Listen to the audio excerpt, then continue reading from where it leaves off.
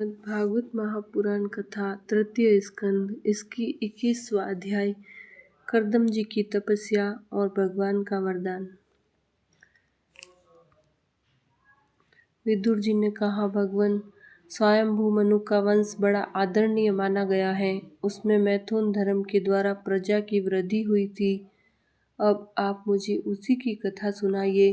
ब्राह्मण, आपने कहा था कि स्वयंभू मनु के पुत्र प्रियव्रत और उत्तानपाद ने 7 द्वीपों वाली पृथ्वी का धर्मपूर्वक पालन किया था तथा उनकी पुत्री, जो देवहूति नाम से विख्यात थी, कर्दम प्रजापति को ब्याही गई थी।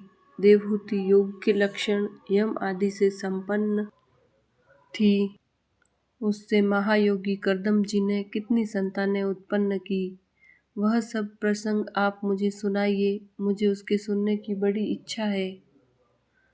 इसी प्रकार भगवान रुचि और ब्रह्मा जी के पुत्र दक्ष प्रजापति ने भी मनु जी की कन्याओं का पाणी ग्रहण करके उनसे किस प्रकार क्या क्या संतानें उत्पन्न की, यह सब चरित्र भी मुझे बताइए। श्री मैत्रेय जी ने कहा, विदुर जी, जब ब्रह्मा जी ने भगवान कर्दम्ब को आज्ञा दी कि तुम संतान की उत्पत्ति करो, तो उन्होंने 10,000 वर्षों तक सरस्वती नदी के तीर पर तपस्या की। वे एकाग्रचित्त से प्रेम पूर्वक पूजनोपचार द्वारा शरणागत वरदायक श्री हरि की आराधना करने लगे। तब सतयुग के आरंभ में कमल नयन भगवान श्री हरि ने उनकी तपस्या से प्रसन्न होकर उन्हें अपने शब्द ब्रह्ममय स्वरूप से मूर्तिमान होकर दर्शन दिए। भगवान की वह भव्य मूर्ति सूर्य के समान तेजोमयी थी। वे गले में श्वेत कमल कुमुद के फूलों की माला धारण किए हुए थे। मुख कमल नीली और चिकनी अलकावली से सुशोभित था। वे निर्मल वस्त्र धारण किए हुए थे। सिर पर झिलमिलाता हुआ सुवर्णमय मुकुट, कानों में जगमगाते हुए कुंडल और कर कमलों में शंख चक्र गदा आदि आयुध विराजमान थे। उनके एक हाथ में क्रीड़ा के लिए श्वेत कमल सुशोभित था। प्रभु की मधुर मुस्कान भरी चितवन चित्त को चुराए लेती थी। उनके चरण कमल गरुड़ जी के कंधों पर विराजमान थे तथा वक्ष स्थल में श्री लक्ष्मी जी और कंठ में कौस्तुभ मणि सुशोभित थी। प्रभु की इस आकाश स्थित मनोहर मूर्ति का दर्शन करके कर्दम्ब जी को बड़ा हर्ष हुआ, मानो उनकी सभी कामनाएं पूर्ण हो गई। उन्होंने सानंद हृदय से पृथ्वी पर सिर टेककर भगवान को साष्टांग प्रणाम किया और फिर प्रेम प्रवण चित्त से हाथ जोड़कर सुमधुर वाणी से वे उनकी स्तुति करने लगे। कर्दम जी ने कहा, स्तुति करने योग्य परमेश्वर, आप संपूर्ण सत्वगुण के आधार हैं। योगीजन उत्तरोत्तर शुभ योनियों में जन्म लेके अंत में योगस्थ होने पर आपके दर्शनों की इच्छा करते हैं। आज आपका वही दर्शन पाकर हमें नेत्रों का फल मिल गया। आपके चरण कमल भव सागर से पार जाने के लिए जहाज है। जिनकी बुद्धि आपकी माया से मारी गई है, वे ही उन तुच्छ क्षणिक विषय सुखों के लिए जो नरक में भी मिल सकते हैं, उन चरणों का आश्रय लेते हैं। किंतु स्वामिन, आप तो उन्हें वे विषय भोग भी दे देते हैं। प्रभु, आप कल्प वृक्ष हैं। आपके चरण समस्त मनोरथों को पूर्ण करने वाले हैं। मेरा हृदय काम कलुषित है। मैं भी अपने अनुरूप स्वभाव वाली और गृहस्थ धर्म में पालन में सहायक शीलवती कन्या से विवाह करने के लिए आपके चरण कमलों की शरण में आया हूँ। सर्वेश्वर, आप संपूर्ण लोकों के अधिपति हैं। नाना प्रकार की कामनाओं में फंसा हुआ यह लोक आपकी वेदवाणी रूप डोरी में बंधा हुआ है। धर्म मूर्ति, उसी का अनुगमन करता हुआ मैं भी काल रूप आपको आज्ञा पालन रूप पूजोपहार आदि समर्पित करता हूँ। प्रभु, आपके भक्त विषयासक्त लोगों और उन्हीं के मार्ग का अनुसरण करने वाले मुझ जैसे कर्म जड़ पशुओं को कुछ भी न गिनकर आपके चरणों की छत्र छाया का ही आश्रय लेते हैं तथा परस्पर आपके गुणगान रूप मादक सुधा का ही पान करके अपने श्रद्धा पिपासा आदि देह धर्मों को शांत करते रहते हैं। प्रभु, यह कालचक्र बड़ा प्रबल है, साक्षात ब्रह्मा ही इसके घूमने की धुरी है।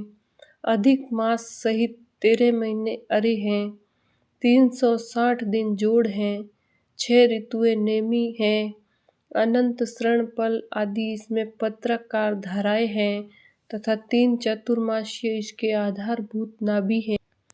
यह अत्यंत वेगवान संवत्सर रूप कालचक्र चराचर जगत की आयु का छेदन करता हुआ घूमता रहता है, किंतु आपके भक्तों की आयु का ह्रास नहीं कर सकता। भगवान, जिस प्रकार मकड़ी स्वयं ही जाले को फैलाती है, उसकी रक्षा करती है और अंत में उसे निगल जाती है, उसी प्रकार आप अकेले ही जगत की रचना करने के लिए अपने से अभिन्न अपनी योग माया को स्वीकार कर उससे अभिव्यक्त हुई अपनी सत्व आदि शक्तियों द्वारा स्वयं ही इस जगत की रचना, पालन और संहार करते हैं। प्रभु, इस समय आपने हमें अपनी तुलसी माला मंडित माया से परिचित्र सी दिखाई देने वाली सगुण मूर्ति से दर्शन दिया है। आप हम भक्तों को जो शब्द आदि विषय सुख प्रदान करते हैं, वे मायिक होने के कारण यद्यपि आपको पसंद नहीं है, तथापि परिणाम में हमारा शुभ करने के लिए वे हमें प्राप्त हो। नाथ, आप स्वरूप से निष्क्रिय होने पर भी माया के द्वारा सारे संसार का व्यवहार चलाने वाले हैं तथा थोड़ी सी उपासना करने वाले भी समस्त अभिलषित वस्तुओं की वर्षा करते रहते हैं। आपके चरण कमल वंदनीय हैं, मैं आपको बार बार नमस्कार करता हूँ। मैत्रेय जी कहते हैं, भगवान की भौहें प्रणव मुस्कान भरी चितवन से चंचल हो रही थी। वे गरुड़ जी के कंधे पर विराजमान थे। जब कर्दम्ब जी ने इस प्रकार निष्कपट भाव से उनकी स्तुति की, तब वे उनसे अमृतमय वाणी से कहने लगे। श्री भगवान ने कहा, जिसके लिए तुमने आत्मसंयम आदि के द्वारा मेरी आराधना की है, तुम्हारे हृदय के उस भाव को जानकर मैंने पहले से ही उसकी व्यवस्था कर दी है। प्रजापते, मेरी आराधना तो कभी भी निष्फल नहीं होती। फिर जिनका चित्त निरंतर एकांत रूप से मुझ में ही लगा रहता है, उन तुम जैसे महात्माओं के द्वारा की हुई उपासना का तो और भी अधिक फल होता। प्रसिद्ध यशस्वी सम्राट स्वयंभू मनु ब्रह्मावर्त में रहकर 7 समुद्र वाली सारी पृथ्वी का शासन करते हैं। विप्रवर, विपरम धर्मज्ञ महाराज महारानी शत्रुपा के साथ तुमसे मिलने के लिए परसों यहाँ आएंगे। उनकी एक रूप यौवनशील और गुणों से संपन्न श्यामलोचना कन्या इस समय विवाह के योग्य है। प्रजापते, तुम सर्वथा उसके योग्य हो, इसलिए वे तुम्ही को वह कन्या अर्पण करेंगी। ब्राह्मण, गत अनेकों वर्षों से तुम्हारा चित्त जैसी भार्या के लिए समाहित रहा है, अब शीघ्र ही वह राजकन्या तुम्हारी वैसी ही पत्नी होकर यथेष्ट सेवा करेगी। वह तुम्हारा वीर्य अपने गर्भ में धारण कर उससे 9 कन्याएं उत्पन्न करेगी और फिर तुम्हारी उन कन्याओं से लोक रीति के अनुसार मरीचि आदि ऋषिगण पुत्र उत्पन्न करेंगे। तुम भी मेरी आज्ञा का अच्छी तरह पालन करने से शुद्ध चित्त हो, फिर अपने सब कर्मों का फल मुझे अर्पण कर मुझको ही प्राप्त होवोगे। जीवों पर दया करते हुए तुम आत्मज्ञान प्राप्त करोगे और फिर सबको अभय दान दे अपने सहित संपूर्ण जगत को मुझ में और मुझको अपने में स्थित देखोगे। महामुने, मैं भी अपने अंश कला रूप से तुम्हारे वीर्य द्वारा तुम्हारी पत्नी देवहूति के गर्भ में अवतीर्ण होकर सांख्य शास्त्र की रचना करूँगा। मैत्रेय जी कहते हैं, विदुर जी कर्दम ऋषि से इस प्रकार संभाषण करके इंद्रियों के अंतर्मुख होने पर प्रकट होने वाले श्री हरि सरस्वती नदी से घिरे हुए बिंदुसर तीर्थ से, जहाँ कर्दम ऋषि तप कर रहे थे, अपने लोक को चले गए। भगवान के सिद्ध मार्ग वैकुंठ मार्ग की सभी सिद्धेश्वर प्रशंसा करते हैं। वे कर्दम जी के देखते देखते अपने लोक को सिधार गए। उस समय गरुड़ जी के पक्षों से जो शाम की आधारभूत ऋचाएँ निकल रही थी उन्हें वे सुनते जाते थे। विदुर जी श्रीहरि के चले जाने पर भगवान कर्दम्ब उनके बताए हुए समय की प्रतीक्षा करते हुए बिंदु सरोवर पर ही ठहरे रहे।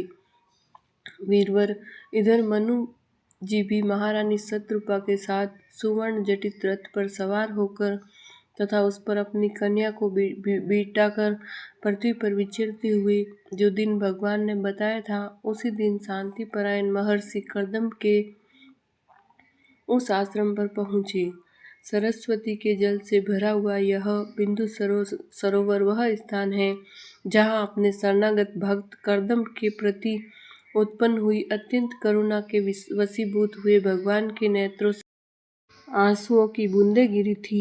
यह तीर्थ बड़ा पवित्र है, इसका जल कल्याणमय और अमृत के समान मधुर है तथा महर्षिगण सदा इसका सेवन करते हैं। उस समय बिंदु सरोवर पवित्र वृक्ष लताओं से घिरा हुआ था जिनमें तरह तरह की बोली बोलने वाले पवित्र मृग और पक्षी रहते थे। वह स्थान सभी ऋतुओं के फल और फूलों से संपन्न था और सुंदर वन श्रेणी भी उसकी शोभा बढ़ाती थी। वहाँ झुंड के झुंड मतवाले पक्षी चहक रहे थे, मतवाले भंवरे मंडरा रहे थे, उन्मत्त मयूर अपने पिच्छ फैला कर नट की भांति नृत्य कर रहे थे और मतवाले कोकिल कुहू कुहू करके मानो एक दूसरे को बुला रहे थे। वह आश्रम कदम्ब, चंपक, अशोक, करंज, बकुल, असन, कुंद, मंदार, कुटज और नए नए आम के वृक्षों से अलंकृत था। वहाँ जलकाग, बतख आदि जल पर तैरने वाले पक्षी, हंस, कुरर, जलमुर्ग, सारस, चकवा और चकोर मधुर स्वर से कलरव कर रहे थे। हरिण, सुअर, स्याही, नीलगाय, हाथी, लंगूर, सिंह, वानर, नेवले और कस्तूरी मृग आदि पशुओं से भी वह आश्रम घिरा हुआ था। आदिराज महाराज मनु ने उस उत्तम तीर्थों में कन्याओं सहित पहुंचकर देखा कि मुनिवर कर्दम्ब अग्निहोत्र से निवृत्त होकर बैठे हुए थे। बहुत दिनों तक उग्र तपस्या करने के कारण वे शरीर से बड़े तेजस्वी दिख पड़ते थे तथा भगवान के स्नेहपूर्ण चितवन के दर्शन और उनके उच्चारण किए हुए कर्णामृत रूप सुमधुर वचनों को सुनने से इतने दिनों तक तपस्या करने पर भी वे विशेष दुर्बल नहीं जान पड़ते थे। उनका शरीर लंबा था, नेत्र कमल दल के समान विशाल और मनोहर थे, सिर पर जटाएं सुशोभित थी और कमर में चीर वस्त्र थे। वे निकट से देखने पर बिना सान पर चढ़ी हुई महामूल्य मणि के समान मलिन जान पड़ते थे। महाराज स्वयंभू मनु को अपनी कुटी में आकर प्रणाम करते देख उन्होंने उन्हें आशीर्वाद से प्रसन्न किया और यथोचित आतिथ्य की रीति से उनका स्वागत सत्कार किया। जब मनु जी उनकी पूजा ग्रहण कर स्वस्थ चित्त से आसन पर बैठ गए तब मुनिवर कर्दम्ब ने भगवान की आज्ञा का स्मरण कर उन्हें मधुर वाणी से प्रसन्न करते हुए इस प्रकार कहा। देव, आप भगवान विष्णु की पालन शक्ति रूप है, इसलिए आपका घूमना फिरना निःसंदेह सज्जनों की रक्षा और दुष्टों के संहार के लिए ही होता है। आप साक्षात विशुद्ध विष्णु रूप हैं तथा भिन्न भिन्न कार्यों के लिए सूर्य, चंद्र, अग्नि, इंद्र, वायु, यम, धर्म और वरुण आदि रूप धारण करते हैं। आपको नमस्कार है। आप मणियों से जड़े हुए जयदायक रथ पर सवार हो अपने प्रचंड धनुष की टंकार करते हुए उस रथ की घरघराहट से ही पापियों को भयभीत कर देते हैं और अपनी सेना के चरणों से रौंदे हुए भूमंडल को कंपाते अपनी उस विशाल सेना को साथ लेकर पृथ्वी पर सूर्य के समान विचरते हैं। यदि आप ऐसा न करें तो चोर डाकू भगवान की बनाई हुई वर्णाश्रम धर्म की मर्यादा को तत्काल नष्ट कर दे तथा विषय विलोलुप निरंकुश मानवों द्वारा सर्वत्र अधर्म फैल जाए। यदि आप संसार की ओर से निश्चिंत हो जाएं तो यह लोक दुराचारियों के पंजे में पड़कर नष्ट हो जाए। तो भी वीरवर, मैं आपसे पूछता हूँ कि इस समय यहाँ आपका आगमन किस प्रयोजन से हुआ है। मेरे लिए जो आज्ञा होगी उसे मैं निष्कपट भाव से सहर्ष स्वीकार करूँगा। बोलिए श्री कृष्णचंद्र भगवान की जय।